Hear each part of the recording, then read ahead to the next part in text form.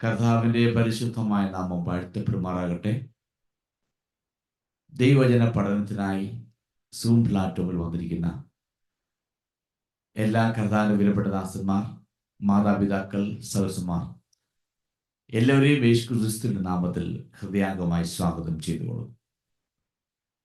ഇതിനെ തുടർന്ന് യൂട്യൂബിൽ ദൈവവചനം പഠിക്കാൻ ആഗ്രഹിച്ചു വരുന്ന എല്ലാ മാന്യ പ്രിയപ്പെട്ടവരെയും യേശുക്രിസ്തുവിന്റെ നാമത്തിൽ ഹൃദയാംഗമായി സ്വാഗതം ചെയ്തുകൊള്ളും. നമ്മൾ എഹെസ്കേൽ പുസ്തകം 29-ാം അധ്യായമാണ് പഠിച്ചുകൊണ്ടിരിക്കുന്നത്. കഴിഞ്ഞ ദിവസം നമ്മൾ പഠിച്ച് അതിൻ്റെ ആരംഭ ഭാഗമാണ് പഠിച്ചത്. 29-ാമത്തെ അധ്യായം മുതൽ ഉള്ള ചില ഭാഗങ്ങൾ ഈജിപ്തിനോടുള്ള ബന്ധത്തിൽ അഥവാ മിസ്രൈമിനോടുള്ള ബന്ധത്തിലും അവിടുത്തെ രാജാക്കന്മാരുടെ ബന്ധത്തിലുള്ള ദൈവത്തിന്റെ ന്യായവിധിയെ കുറിച്ചാണ് പറയുന്നത്. അതിൽ 29-ാം അധ്യായം മിസ്രൈം രാജാവാകുന്ന ഫറവോന്റെ നേരെ മുഖം തിരിച്ചിട്ട് അവരോടാണ് ദൈവത്തിന്റെ ആലോചന അറിയിക്കുന്നത്. അതിനകത്ത് യഹോവയായ ദൈവം മിസ്രൈമിലെ രാജാവാകുന്ന ഫറവോനെ അഭിസംബോധന ചെയ്യുന്നത് മറ്റൊരു മൃഗത്തോടുള്ള ബന്ധത്തിലാണ് സാമ്യപ്പെടുത്തി പറയുന്നത്. ഞാൻ നദിയിൽ കിടക്കുന്നു, വെള്ളത്തിൽ കിടക്കുന്നു, നദിയുടെ നടുവിൽ ഞാൻ കിടക്കുന്നു, ഞാൻ അതിനെ സൃഷ്ടിച്ചു, അത് എനിക്കുള്ളതാകുന്നു എന്ന് പറയുന്ന മഹാനക്രമേ എന്ന് മലയാളത്തിൽ പറയുമ്പോൾ അത് ഇംഗ്ലീഷിലേക്ക് വരുമ്പോൾ ക്രോക്കഡോയിൽ എന്ന് പറയുന്ന അർത്ഥത്തിലേക്ക് നീങ്ങുന്നുണ്ട്. അപ്പൊ നൈൽ നദി എന്റേതാണ്, അത് എനിക്കായിട്ടുണ്ടാക്കിയതാണ്, അത് എന്റേതാണെന്നൊക്കെ പറയുന്ന അതിൽ വളരുന്ന ക്രോക്കഡോയിനോട് സാമ്യപ്പെടുത്തിയാണ് ഫറവോനെ ഇവിടെ പറയുന്നത്. നൈൽ നദിയും ചെങ്കടലും തമ്മിൽ യോജിപ്പിക്കുവാൻ ഒരു കനാൽ പണിതിരുന്നു. ആ കനാൽ പണിതത് ഇദ്ദേഹത്തിന്റെ വല്യപ്പച്ചനാകുന്ന നെക്കോ, ഫറോ നെക്കോ ആയിരുന്നു പണിതത്. അദ്ദേഹത്തിന്റെ ക്യാരക്ടറും ഈ ഫറോ ഒഫ്രയുടെ ക്യാരക്ടറും സെയിം ആണ്. ഇവിടെ പറയുന്നതിനർത്ഥം താൻ സ്വയമായി താനാണ് ഇതെല്ലാം സൃഷ്ടിച്ചത്. താൻ സ്വയമേ ദൈവമായി, ദൈവത്തിന്റെ ഒരു അവതാരമായി താൻ സ്വയമേ പ്രസ്താവിക്കുന്നു. സ്വയമായി താൻ ഒരു ദൈവമാണെന്ന് പറഞ്ഞ് അവരോധിക്കപ്പെടുകയാണ്.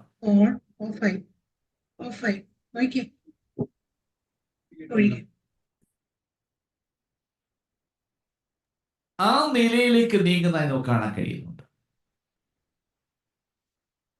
അപ്പോൾ ഇവിടെ സ്വയമായി അഹങ്കരിക്കുന്ന മനോഭാവം, അഹംഭാവം, ഞാനാണ് ഉണ്ടാക്കിയത്, എനിക്കുള്ളതാണ്.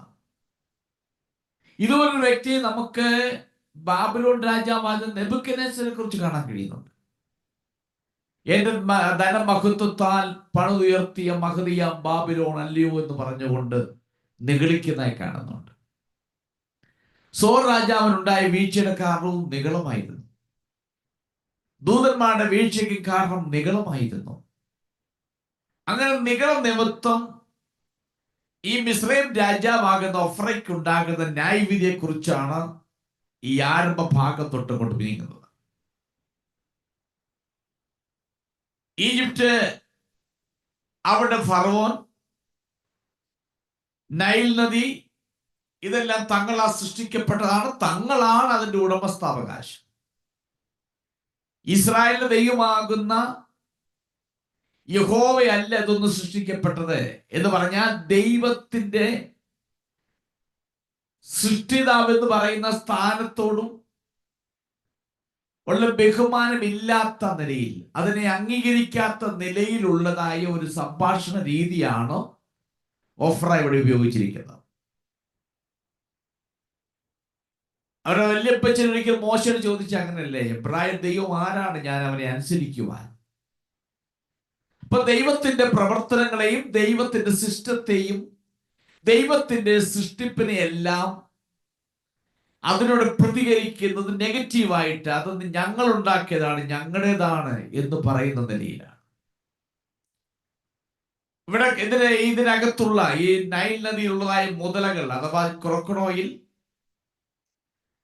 അതിന് ഈജിപ്തുകാരൊരു ദേവതയായിട്ടാണ് കണ്ടിരുന്നത്. സെബക്ക് എന്ന് പറയുന്ന വളരെ പ്രധാനപ്പെട്ട ഒരു ദേവനായിരുന്നു അവരെ ക്രൊക്കഡോയിൽ എന്ന് പറയുന്നത്.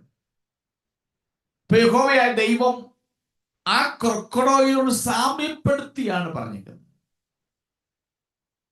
അപ്പൊ ആ നിലയിലാണ് നമ്മൾ പറഞ്ഞ് നിർത്തിയത്. നമുക്കിനിയും 4-ാമത്തെ വാക്യത്തിലേക്ക് നമുക്ക് ശ്രദ്ധ 4 മുതലുള്ള വാക്യങ്ങൾ ഒന്ന് വായിച്ചു. 4-ാമത്തെ വാക്യം. ഞാൻ നിന്റെ ചെകിളയിൽ ചൂണ്ടിൽ കൊളുത്തി നിന്റെ നദികളിലെ മത്സ്യങ്ങളെ നിന്റെ ചെതുമ്പലിൽ പറ്റുമാറാക്കി നിന്നെ നിന്റെ നദികളുടെ നടുവിൽ നിന്ന് വലിച്ചു കയറ്റും. നിന്റെ നദികളിലെ മത്സ്യമൊക്കെയും നിന്റെ ചെതുമ്പലിൽ പറ്റിയിരിക്കും. നിന്റെ ചെകിളയിൽ ചൂണ്ടൽ കൊളുത്തി. ഒരു വലിയ മുതലയെ വേട്ടയാടുന്നവനെ പോലെയാണ് ദൈവം സ്വയമായി ഇവിടെ അവതരിപ്പിക്കുന്നത്.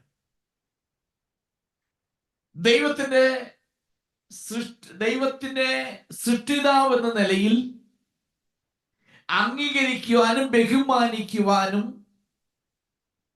തയ്യാറല്ലാത്ത ഈ ഫറവോനോട് ദൈവം സംസാരിക്കുന്നത് ആ മുതലെ, ആ ക്രൊക്കഡോയിലെ വേട്ടയാടുന്ന ഒരു വേട്ടക്കാരുടെ നിലയിലാണ് ദൈവം സ്വയമായി പരിചയപ്പെടുത്തുന്നത്.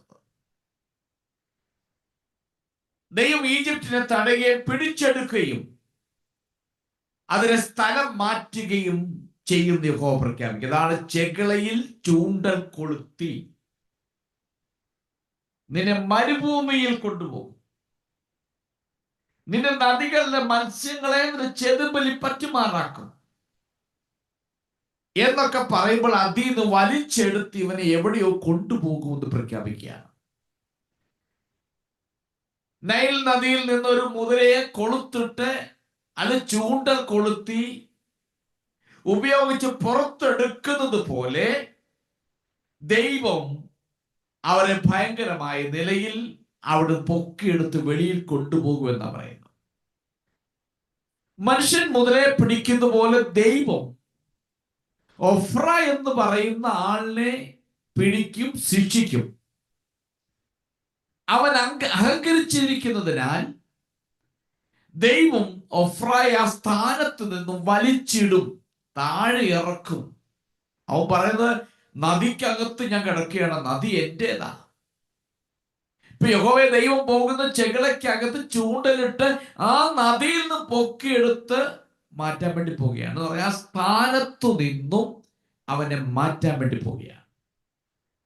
അവിടെ വായിക്കുന്ന അവന്റെ മീനുകളെ കുറിച്ച് പറയുന്നത്, ചെതുമ്പലിനെ പറ്റുമാറാക്കും.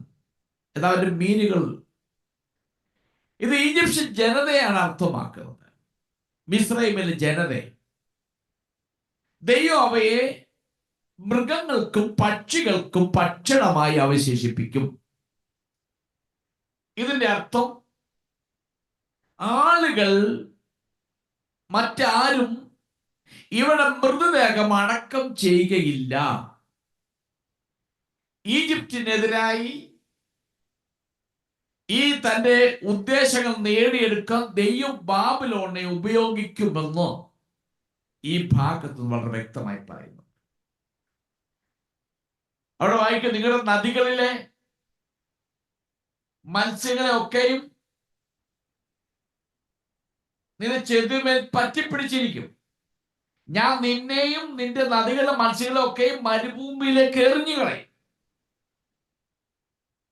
അവയുടെ സമൃദ്ധിയുടെയും ഉപജീവനത്തിന്റെയും ഒരു വലിയ ഇടമാണ് നൈൽ നദി എന്ന് പറയുന്നത്. നമ്മൾ പഠിച്ചിട്ടുണ്ട്, നൈൽ നദി ഈജിപ്തിന്റെ വളരെ സമ്പുഷ്ടമാക്കുന്ന ഒരു സ്ഥലമാണ്. ഒരു മുതലയെ നദിയിൽ നിന്ന് എടുത്ത് തുറന്ന വയലിലേക്ക് എറിയുന്നത് പോലെ ദൈവം ഈജിപ്തിനെ അതിന് വരാനിരിക്കുന്ന മരുഭൂമിയുടെ കാലഘട്ടത്തെക്കുറിച്ച്, മരുഭൂമിയുടെ അനുഭവത്തെക്കുറിച്ച് ഇവിടെ പറയുന്നത്. ഞാനിപ്പോ ഓർപ്പിച്ചല്ലോ, മീനുകൾ അത് രാജാവിന് ജനങ്ങളെ കാണിക്കുന്നതാണ്. ഞാൻ നിന്നെ വയലിലെ മൃഗങ്ങൾക്ക് ഭക്ഷണമായി നൽകുന്നു. വയലിലെ മൃഗങ്ങൾക്ക് ഭക്ഷണമായി നൽകും. ഒന്ന്, നിന്നെ ചൂണ്ട കൊളുത്തി നിന്നെ വെളിയിൽ കൊണ്ടുവരും. എന്നിട്ട് പറയുന്നു, നിന്നെ ചെതുമേൽ പറ്റുമാറാക്കി നിന്നെ നദികളുടെ നടുവിൽ നിന്ന് വലിച്ചു കയറ്റും. നിന്റെ നദികളുടെ മത്സ്യങ്ങളൊക്കെ നിന്റെ ചെതുമ്പലിൽ പറ്റിപ്പിടിച്ചിരിക്കും എന്ന് പറഞ്ഞാൽ നിന്നെ ഉൾപ്പെടെ, നിന്റെ ജനങ്ങളെ ഉൾപ്പെടെ ഇതിൽ നിന്ന് എന്നേക്കുമായി പുറത്തു ചാടിക്കും, മരുഭൂമിയിലേക്ക് വലിച്ചെറിയും എന്ന് പറയും. അടുത്ത നമ്മൾ കാണണ്ടേ, ഇവിടെ വായിക്കുന്നു, ഞാൻ നിങ്ങളെ മൃഗങ്ങൾക്ക് ഭക്ഷണമായി നൽകിയിട്ടുണ്ട്. ഞാൻ നിങ്ങളെ മൃഗങ്ങൾക്ക് ഭക്ഷണമായി നൽകും. അതിന്റെ 5-ാമത്തെ വാക്യം വായിച്ചു. ഞാൻ നിന്നെയും ആ. നിന്റെ നദികളിലെ മത്സ്യങ്ങളെ ഒക്കെയും ആ. മരുഭൂമിയിൽ എറിഞ്ഞു കളയും. ആ. നീ വെളിമ്പ്രദേശത്ത് വീഴും. ആ. ആരും നിന്നെ പെറുക്കുകയോ ശേഖരിക്കുകയോ ചെയ്യുകയില്ല. ആ. ഞാൻ നിന്നെ കാട്ടുമൃഗങ്ങൾക്കും ആകാശത്തിലെ പക്ഷികൾക്കും ഇരയായി കൊടുക്കും. അപ്പോൾ അടുത്ത ദൈവം പറയുന്നു, നിന്നെ അവിടുന്ന് വലിച്ചെടുത്ത് എറിയും. ഇവിടെ വരുമ്പോൾ പറയുന്നത് മരുഭൂമിയിൽ എറിഞ്ഞു കളയും. അടുത്ത വീണ്ടും പറയുന്നു, വെളിമ്പ്രദേശത്ത് വീഴും. വീണ്ടും ആരും നിന്നെ പെറുക്കുകയുമില്ല, ശേഖരിക്കുകയുമില്ല. ഞാൻ നിന്നെ കാട്ടുമൃഗങ്ങൾക്കും ആകാശത്തിലെ പക്ഷികൾക്കും ഇരയാക്കി കൊടുക്കും.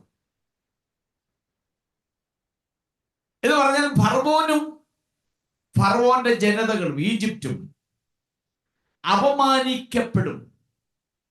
മറ്റുള്ളവർ ഇരപിടിക്കുകയും തിന്നുകയും ചെയ്യുന്ന ഒന്നായി നീ മാറ്റപ്പെടും.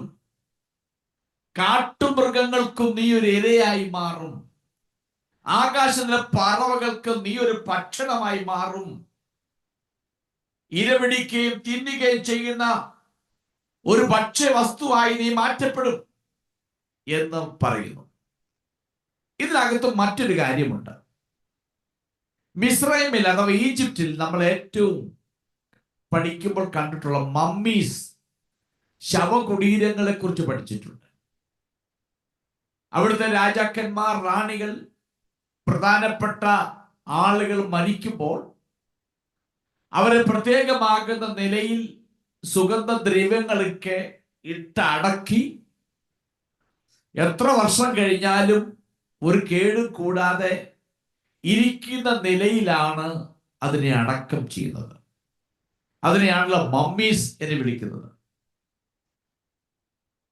ഇവിടെ യഹോവയായ ദൈവം പറയുന്നു, നിന്നെ ആരും പെറുക്കത്തില്ല, നിന്നെ ആരും ശേഖരിക്കത്തില്ല. ഞാൻ നിന്നെ കാട്ടുമൃഗങ്ങൾക്കും ആകാശത്തിലെ പക്ഷികൾക്കും ഇരയാക്കി കൊടുക്കും.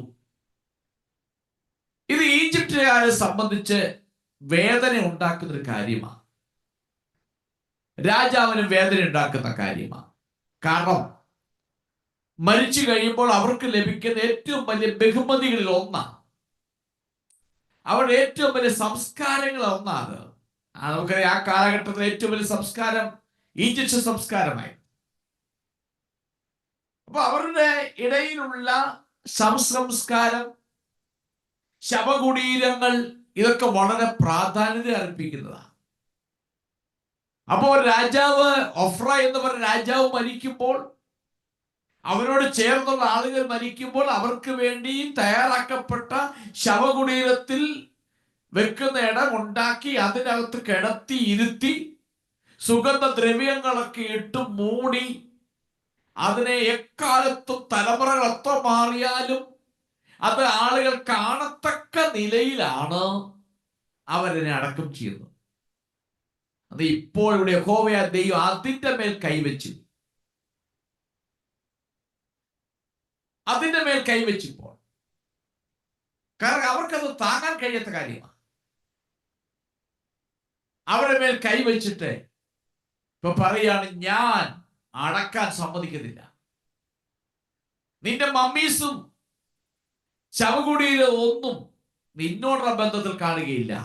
അത് ഞാൻ അനുവദിക്കാത്ത നിലയിൽ ഒറ്റ ഒരുത്തിനെ കൊണ്ട് നിന്നെ പെറുക്കുകയോ നിന്റെ ആളുകളെ ശേഖരിപ്പിക്കുകയോ നിന്നെ അടക്കാനുള്ള ക്രമീകരണം ഞാൻ ചെയ്യത്തില്ല. അതിനു മുമ്പേ നിന്റെ പക്ഷികൾക്കും ആകാശത്തിലെ പക്ഷികൾക്കും മൃഗങ്ങളുടെ മുമ്പിൽ ഇട്ടുകൊടുക്കും. യഹോവയായ ദൈവം അവരുടെ ഏറ്റവും പ്രസ്റ്റേജ് എന്ന് പറയുന്ന അടക്കം മരിച്ചു കഴിയുമ്പോൾ ഉയർത്തിക്കാട്ടുന്ന എക്കാലഘട്ടത്തിലും ചരിത്ര പുസ്തകത്തിൽ സ്ഥാനം പിടിച്ചിരിക്കുന്ന മമ്മീസിന് നേരെയുള്ള ദൈവത്തിന്റെ ഒരു ന്യായവിധി. അവരുടെ അപമാനം വലുതായിരിക്കുമെന്ന് ദൈവം ഉറപ്പായി പറയുകയാണ്. അതവരെ അടക്കം ചെയ്യാത്തതുപോലെ ആയിരിക്കും. അത് അവരെ പ്രൗഢിയെ, ഈ മമ്മീസ് എന്ന് പറയുന്നത് അവരെ പ്രൗഢിയെ കാണിക്കുന്നതാണ്, അവരെ അഹംഭാവത്തെ കാണിക്കുന്നതാണ്. അതേ കാലത്തും അവർ നന്നായി അവർ മുൻപോട്ട് കൊണ്ടുപോകുന്ന ഒന്നാണ്. ഇത് ഇല്ലാതാകുമെന്ന് പറയുന്നത്, ഇതില്ലാതാകും. ദൈവം പറയാണ് ഇത് ഇല്ലാതാകും. കാരണം ഒന്ന് നിന്നെ ശേഖരിക്കാനോ നിന്നെ അവിടുന്ന് പിറക്കിയെടുക്കാനോ ആരും വരുത്തില്ല. നിന്നെ വെളിപ്രദേശത്തിലേക്ക് വിട്ടിട്ട് ദുഷ്ടമൃഗങ്ങളും നിന്നെ തിന്നും, ആകാശത്തിലെ പക്ഷികൾ നിന്നെ തിന്നും. നോക്കണം, ദൈവത്തോട് കളിക്കാൻ പോയാൽ ദൈവത്തിന്റെ പദ്ധതിയോടും ദൈവിക സിസ്റ്റത്തോടും ദൈവത്തിന്റെ സൃഷ്ടിപ്പിനോടും ദൈവത്തിന്റെ അധികാരത്തോടും മറുതലിച്ച് നിന്നാൽ, മത്സരിച്ച് നിന്നാൽ, ദൈവം അതിനെതിരെ പ്രതികരിച്ചാൽ ആർക്കും അതിനെ തടയുവാൻ കഴിയില്ല. അത്ര ശ്രേഷ്ഠനായ ഒരു ദൈവമാണ്. നാം നന്നായി അത് മനസ്സിലാക്കണം. അറിവില്ലാത്ത ജനങ്ങൾ ശാസ്ത്രം പുരോഗമിച്ചതിന്റെ പേരിൽ ആളുകൾ പറയാറുണ്ട്, ദൈവത്തെ കാണിച്ചതാ. അവിടുന്ന് ഇവിടുന്ന് പൊട്ട കുറെ സ്റ്റോറികൾ എടുത്ത് കൂട്ടി യോജിപ്പിച്ചിട്ട് അവന്റെ ബുദ്ധിക്ക് എത്താത്ത വൻ കാര്യങ്ങളെ കുറിച്ച് ചിന്തിച്ചിട്ട് അവനൊരു കൺക്ലൂഷൻ എത്തുന്നു, ദൈവമില്ല. ഇതൊക്കെ വെറുതെയാണ്.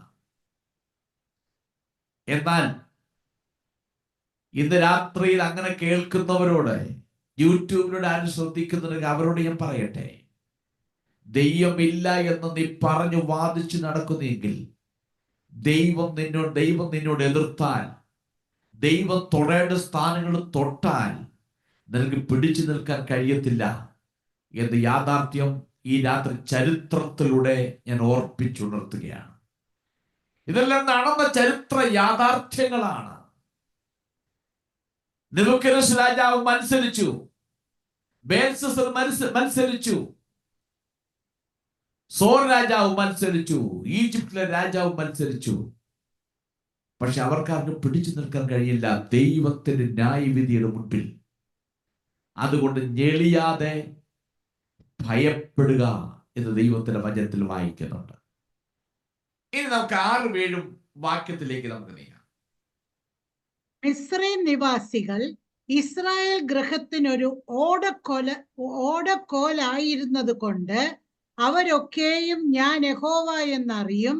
അവർ നിന്നെ കയ്യിൽ പിടിച്ചപ്പോഴേക്ക് നീ ഒടിഞ്ഞ് അവരുടെ തോളൊക്കെയും കീറിക്കളഞ്ഞു. അവർ ഊന്നിയപ്പോഴേക്ക് നീ ഒടിഞ്ഞ് അവരുടെ നടുവൊക്കെയും കുലുങ്ങുമാറാക്കി.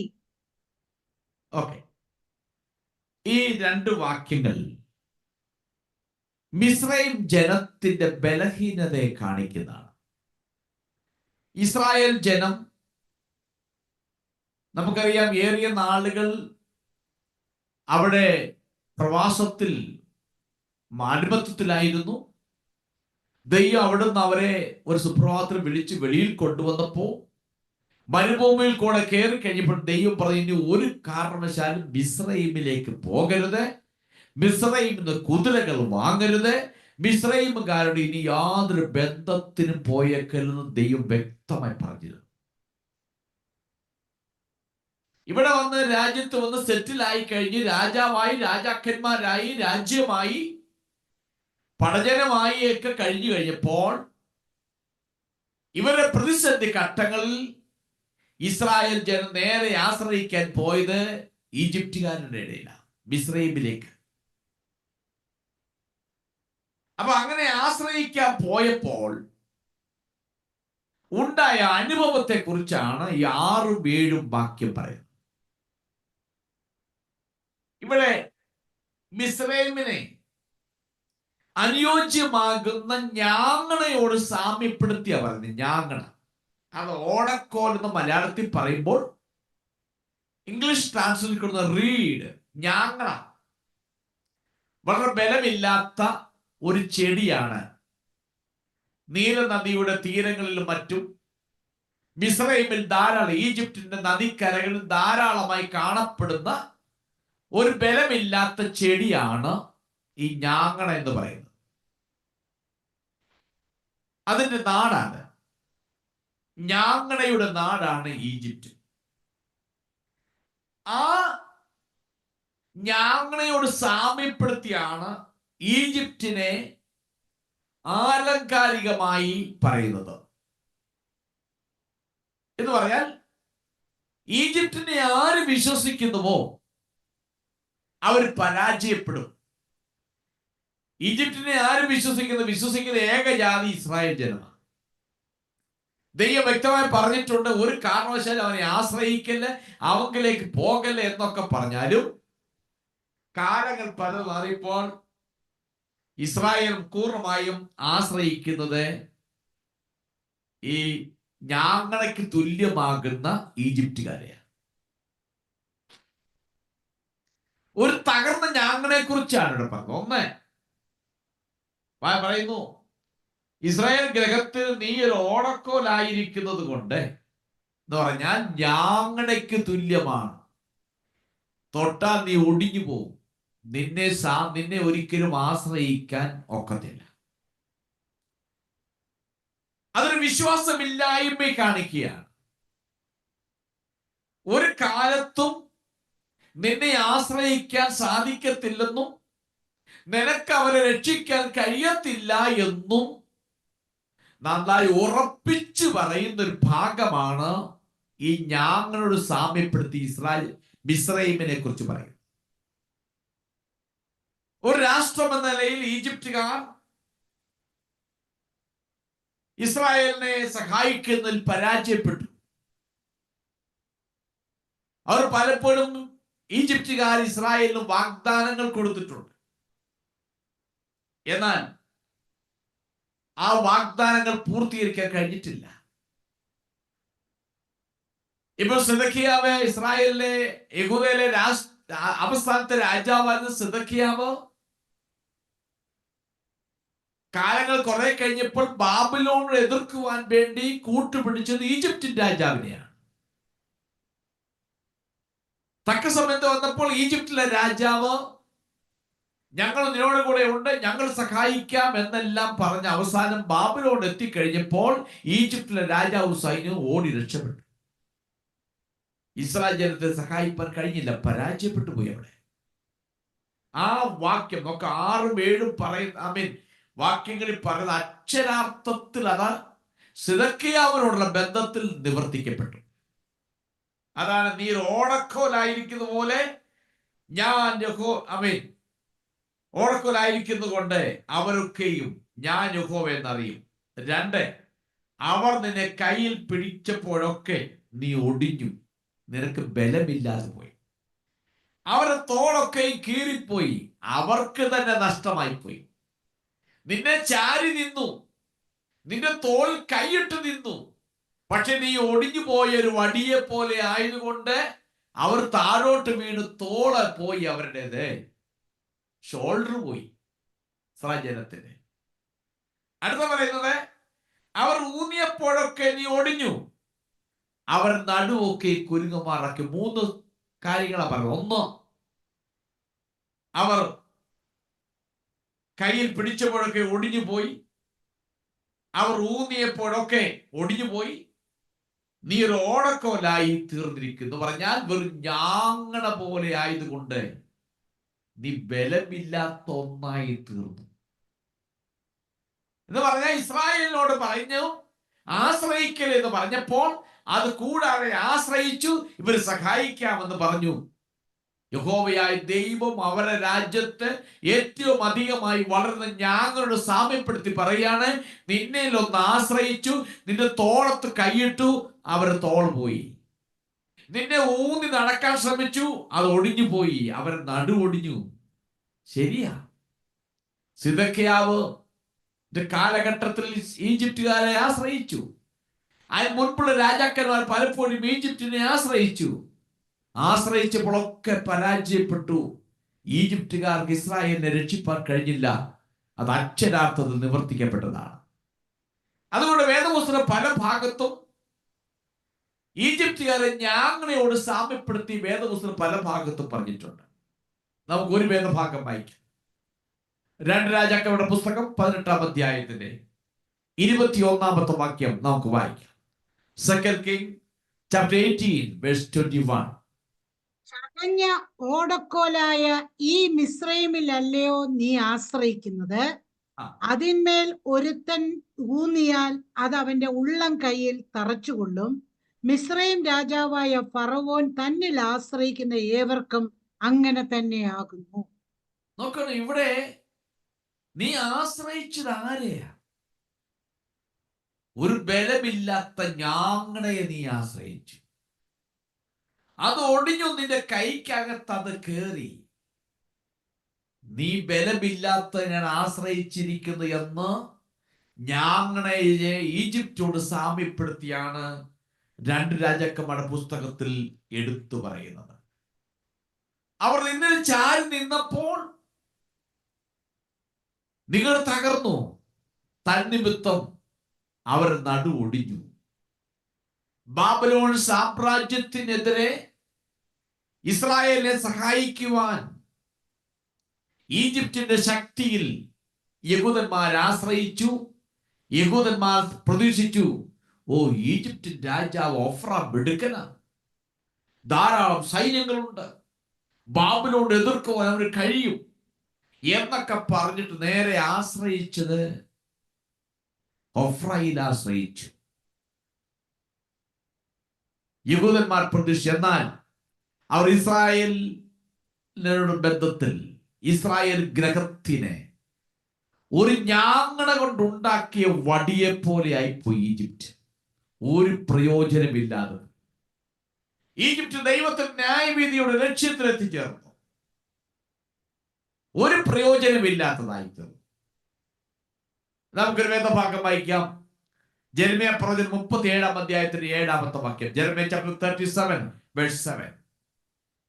യഹോവയുടെ അരുളപ്പാടുണ്ടായത് എന്തെന്നാൽ, ഇസ്രായേലിന്റെ ദൈവമായ യഹോവ ഇപ്രകാരം അരുളി ചെയ്യുന്നു, അരുളപ്പാട് ചോദിപ്പാൻ നിങ്ങളെ എന്റെ അടുക്കൽ അയച്ച യഹൂദ രാജാവിനോട് നിങ്ങൾ പറയേണ്ടത്, നിങ്ങൾക്ക് സഹായത്തിനായി പുറപ്പെട്ടിരിക്കുന്ന ഫറവോന്റെ സൈന്യം തങ്ങളുടെ ദേശമായ മിസ്രൈമിലേക്ക് മടങ്ങിപ്പോകും.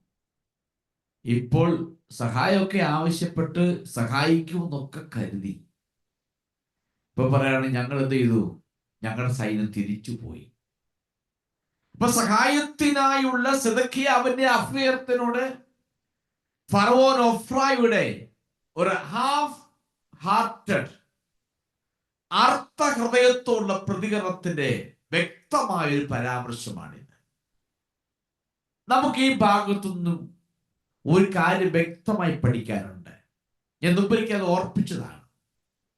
ഒന്ന്, ദൈവം പറഞ്ഞതാ, മിസ്രയീമിലേക്ക് തിരിഞ്ഞു നോക്കരുത്, അവിടേക്ക് പോകല്ലേ, അവരുമായിട്ട് ഒരു ബന്ധം സ്ഥാപിച്ചെടുക്കല്ലേ. യഹൂദാഗ്രഹം അത് കേട്ടില്ല. രാജാക്കന്മാർ മാറി മാറി വന്നപ്പോൾ ആവശ്യങ്ങളുടെ ഘട്ടങ്ങളിൽ നേരെ പോയി ആശ്രയിച്ചത് ദൈവത്തിന്റെ കൽപ്പനയും ദൈവത്തിന്റെ പ്രവർത്തനങ്ങളെയും എല്ലാം മറികടന്ന് നേരെ പോയി മുട്ടിയത് ഈജിപ്തിനെയാണ്. തന്നിമിത്തം പരാജയപ്പെട്ടു. ഇപ്പോൾ നെബൂഖദ്നേസർ രാജാവ് ആക്രമിക്കാൻ വരുമ്പോൾ നെബൂഖദ്നേസർ എതിർത്ത് നിൽക്കുവാൻ വേണ്ടി കൂട്ടുപിടിച്ചതും ഈജിപ്ഷ്യൻ രാജാവിനെയാണ്. അവിടെ പരാജയപ്പെട്ടു. ഇതിനകത്ത് നമുക്കൊരു കാര്യമുണ്ട്. നമ്മുടെ മുമ്പിൽ ആരെല്ലാം എത്രയെല്ലാം ഉയർന്നവരായി കണ്ടാലും നമ്മൾ ഒരിക്കലും അവരെ ആശ്രയിക്കരുത്.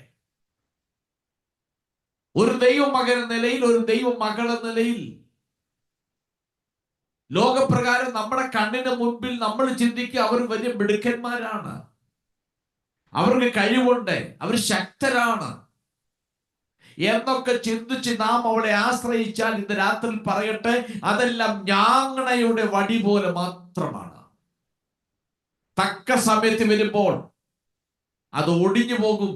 നിനക്കത് ഊന്നുവാൻ കഴിയാത്ത നിലയിൽ, നിനക്ക് ചാരി നിൽക്കാൻ കഴിയാത്ത നിലയിൽ, നിനക്ക് ആശ്രയിക്കാൻ കഴിയാത്ത നിലയിൽ അതെല്ലാം ഒടിഞ്ഞു പോകും. ഞാങ്ങണയുടെ ബലമേ ആ ആശ്രയത്തിനുള്ളൂ. അതുകൊണ്ട് ദൈവത്തിന്റെ വചനം പറഞ്ഞു, സഹായിപ്പാൻ കഴിയാത്ത മനുഷ്യപുത്രരിലും പ്രഭുക്കന്മാരിലും ആശ്രയിക്കരുത്. ആ വാക്യം വളരെ വ്യക്തമാണത്. അവർക്ക് സഹായിപ്പാൻ കഴിയത്തില്ല. അവർക്ക് വേണമെങ്കിൽ വാഗ്ദാനങ്ങൾ പറയാം, ഞങ്ങളെ സഹായിക്കാമെന്ന് വാഗ്ദത്തങ്ങൾ നിവർത്തിച്ചെടുക്കാം, പറയാം. എന്നാൽ ഒരിക്കലും അവർക്ക് സഹായിപ്പാൻ കഴിയത്തില്ല എന്നൊരു യാഥാർത്ഥ്യമാണ്. അതുകൊണ്ട് ഈ രാത്രി നമ്മൾ ഓർത്തിരിക്കേണ്ട ഒരു വസ്തുത, നമ്മുടെ കണ്ണുകൾ ചുറ്റുപാടുമുള്ള ഗോപുരങ്ങളിലേക്കും ഉന്നതമാകുന്ന ഇടങ്ങളിലേക്ക് നമ്മുടെ കണ്ണുകൾ ഉയർത്താതെ, സഹായം ആവശ്യമായി വരുമ്പോൾ സഹായം വരുന്ന പർവ്വതങ്ങളിലേക്ക് നമ്മുടെ കണ്ണുകൾ ഉയർത്തണം. അതുകൊണ്ട് ദാവീദ് പാടി, ഞാൻ എൻ്റെ കണ്ണ് പർവ്വതങ്ങളിലേക്ക് ഉയർത്തുന്നു, എനിക്ക് സഹായം എവിടെ നിന്ന് വരുന്നു? എന്റെ സഹായം മിസ്രയീമിൽ നിന്നല്ല, എന്റെ സഹായം ഫെലിസ്തീനിൽ നിന്നല്ല, എന്റെ സഹായം ആകാശത്തെയും ഭൂമിയെ ഉണ്ടാക്കിയ യഹോവയിൽ നിന്ന് വരുന്നു. അവന്റെ വാക്കിനാൽ സകലവും ഉളവാക്കി ആ യഹോവയിൽ നിന്നാണ് എനിക്ക് സഹായം വരുന്നത്. ഇന്ന് രാത്രി എന്നെ കേൾക്കുന്ന ദൈവത്തിന്റെ ജനമേ, സൂം പ്ലാറ്റ്ഫോമിൽ മാത്രമല്ല യൂട്യൂബിലൂടെ ശ്രദ്ധിക്കുന്ന ആ സകല ദൈവജനത്തോട് പറയട്ടെ, പ്രതിസന്ധി ഘട്ടങ്ങളിലും നമ്മുടെ ആവശ്യങ്ങളിലും നമ്മൾ മറ്റുള്ളവരെയൊക്കെ കണ്ണുകൾ ഓടിക്കാതെ, ആ നിലയിലേക്ക് നമ്മുടെ കണ്ണുകൾ ഉയർത്താതെ, സകലത്തെ സൃഷ്ടിച്ച് സകലത്തിന് മേൽ പരമാധികാരമുള്ള ഒരു ദൈവം നമുക്ക് വേണ്ടി ജീവിച്ചിരിക്കുമ്പോൾ ആ ദൈവത്തിലേക്ക് നമ്മുടെ കണ്ണുകൾ ഉയർത്തണം. അതാണ് ദൈവം നമ്മെ കുറിച്ച് ആഗ്രഹിക്കുന്നത്. അവിടുന്ന് നിനക്ക് സഹായം ലഭിക്കും. ഇനി നമുക്ക് അതിന്റെ അടുത്ത വാക്യത്തിലേക്ക് പോകാം. 8 മുതൽ 12 വരെ വാക്യങ്ങൾ ഒന്ന് വായിച്ചു.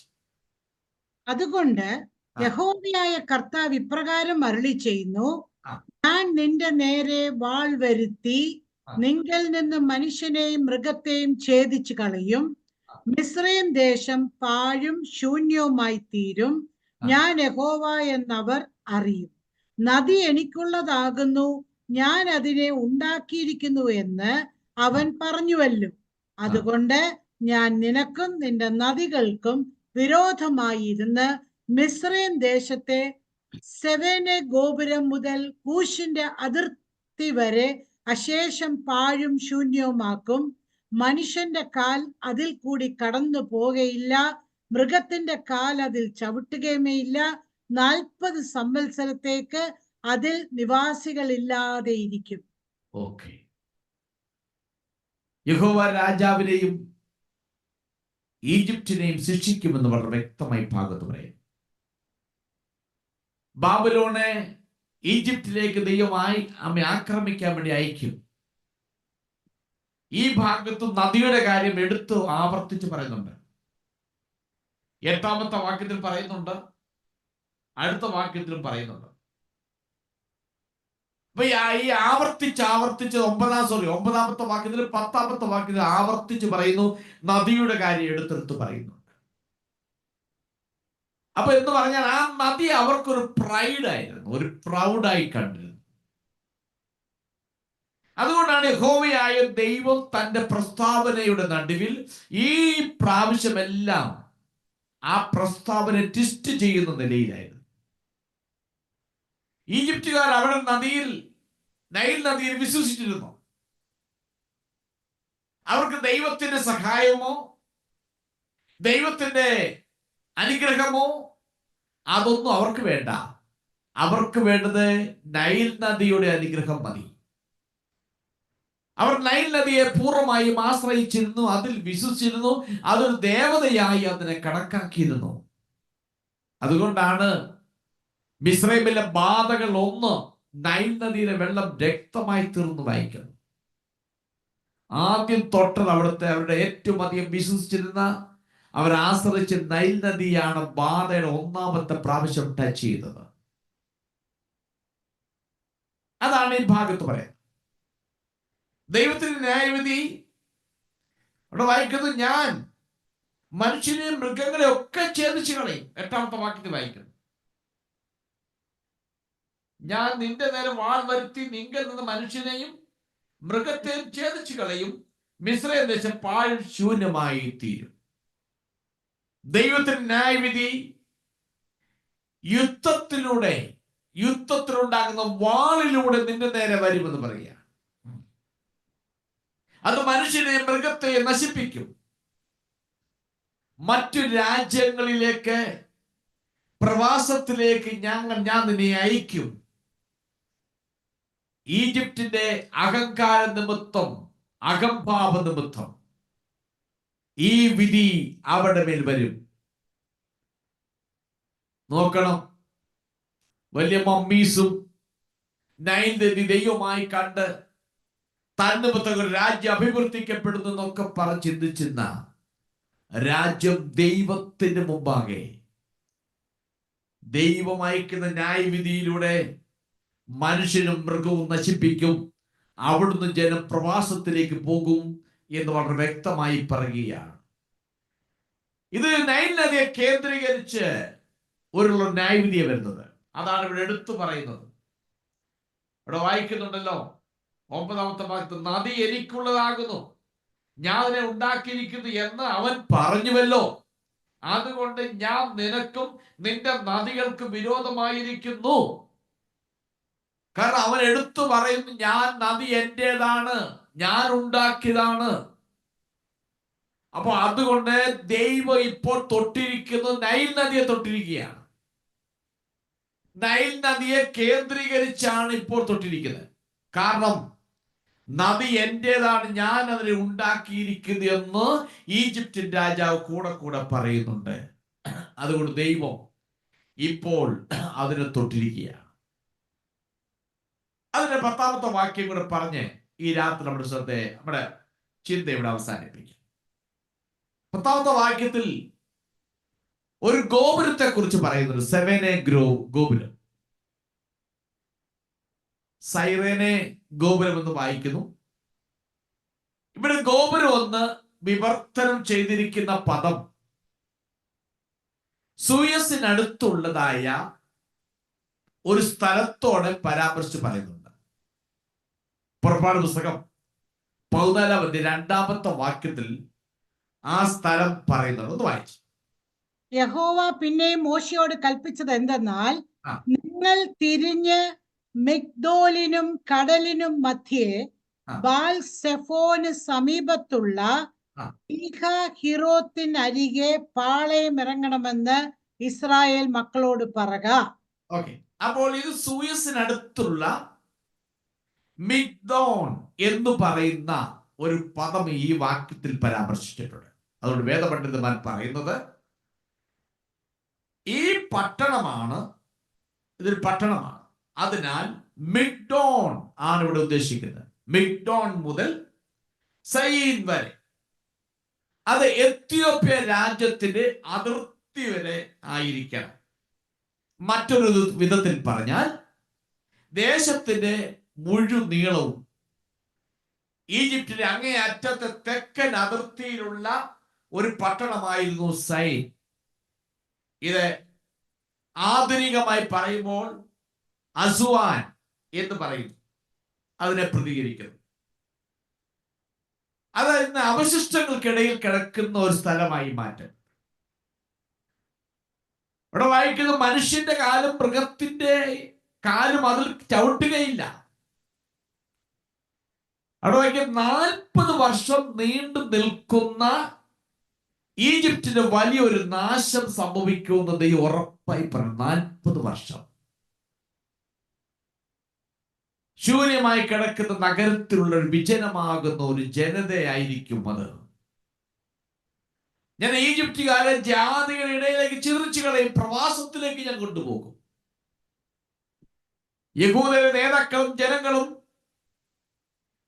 കീഴടങ്ങി ചിതറിപ്പോകുന്നത് തന്നെ ഈജിപ്തുകാരും ചിതറിക്കപ്പെടും. അവരെ രാജ്യത്തിലുടനീളം ചിതറിക്കുമെന്ന് ദൈവം ഉറപ്പായി പറയുകയാണ്. ഇത് അക്ഷരാർത്ഥം നിവർത്തിക്കപ്പെട്ടു. അത് തുടർന്നുള്ള വേദഭാഗം പഠിക്കുമ്പോൾ നമുക്കത് മനസ്സിലാക്കാൻ കഴിയും. ഞാൻ എൻ്റെ വാക്കുകൾ ഇവിടെ അവസാനിപ്പിക്കുന്ന ഈ രാത്രിയിൽ നമ്മൾ ചിന്തിച്ചത്, ഒന്ന്, നാം ഒരിക്കലും നിഗളിക്കുവാൻ പാടില്ല. നിഗളം സകല നാശത്തിന്റെ മുന്നോടിയാണ്. അതുകൊണ്ട് നമുക്ക് എന്തെല്ലാം ഉയർച്ചകളും ഉന്നതികളും നന്മകളും എവിടെ നിന്നെല്ലാം കിട്ടിയാലും ഏതെല്ലാം നിലയായാലും ഒരിക്കലും നമ്മൾ നിഗളിക്കാൻ പാടില്ല. ദൈവത്തിന്റെ പദ്ധതിയെ ഒരിക്കലും വെല്ലുവിളിക്കല്ലേ. ദൈവത്തോട് ഒരിക്കലും മത്സരിക്കരുതേ. ദൈവത്തിന്റെ നിയമങ്ങളെ നമ്മൾ വലിച്ചെറിയല്ലേ. ദൈവം ഉണ്ടാക്കിയതാണ് എന്ന ഉത്തമ ബോധ്യം ഹൃദയത്തിനകത്തുണ്ടായിരിക്കണം. 2, അവരിലും ഇവരിലും ആശ്രയിക്കല്ലേ. ദൈവത്തിൽ പൂർണ്ണമായും ആശ്രയം വെച്ചുകൊണ്ടാൽ അത് ജീവിതത്തിൽ വളരെ നല്ലതായിരിക്കും. അതാണ് ഈ ഭാഗത്തും പഠിക്കാൻ കഴിഞ്ഞത്. ഈ രാത്രിയിൽ ഞാൻ അവിടെ വാക്ക് അവസാനിപ്പിക്കുന്നു. നമ്മൾക്ക് പ്രാർത്ഥിക്കാം. ഈ വചനങ്ങൾ ദൈവമേ അനുഗ്രഹിക്കുമാറാകട്ടെ.